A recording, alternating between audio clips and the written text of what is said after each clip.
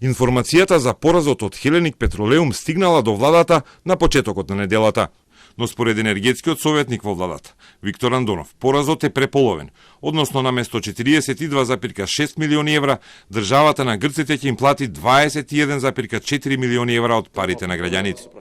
Анализата на пресудата е во тек, а ја врши адвокатската фирма Декерт од Франција. Ја разгледува и анализира пресудата.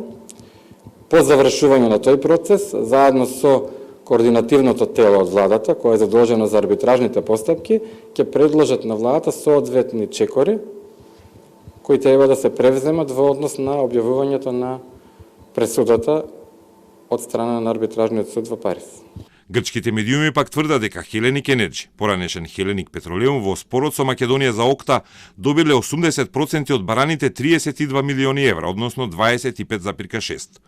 Актуелната влада, чиј коалиционен партнер е и Љупчо Георгиевски, премиер во времето на склучениот договор за ОКТА, повторува дека штетниот договор за набавка на 500.000 тони мазут на годишно ниво бил направен од ВМРО ДПМН. Сегашната партија на Георгиевски пак вината ја префрли на Уставниот суд кој го укинал договорот. Плати 25 милиони евра поради непочитување на долгот со ОКТА. Тоа е договорот од времето на владата на ВМРО ДПМН, ако се сеќавам добро, така? На една година пред истекувањето на 5-годишниот монопол, Уставниот суд на Северна Македонија се прогласи за надлежен дека може да раскинува меѓународни договори, иако ни сите други случаи на меѓународни договори во кои има стапено Македонија, си има прогласувано дека е ненадлежен. На тој начин, само заради нетрпеливоста да се почека уште една година од договорот која треба да помине, Северна Македонија се доведува во крајно непријатна ситуација. Но парите веќе се пресудени за наплата, без разлика на префрлање на вината. А Хеленик според грчките медиуми планира да ги инвестира во продуктоводот за гориво Скопје-Солун.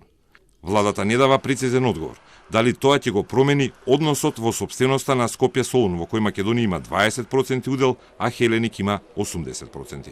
Во овој момент не се разговара за такви активности, бидејќи се чека да заврши овој период по објавување на пресудата. Меѓутоа, можам да напоменам дека и оваа сума може да биде предмет на понатамошни усогласување или договарање, како што е тоа што е направено од 2008 година, кога е постигнат договор за порамнување. Спорот за ОКТА го обнови Хеленик Петролеум 2019 поради престанок на користење на штетната клаузула за увоз на мазут од Грција. Во 1999 владата на Љупчо Георгиевски ВМРО ДПМН ја продаде ОКТА на Хеленик Петролеум со обврска во наредните 20 години Македонија годишно да увезува 500.000 тони мазут, количина која е преголема и непотребна за државата.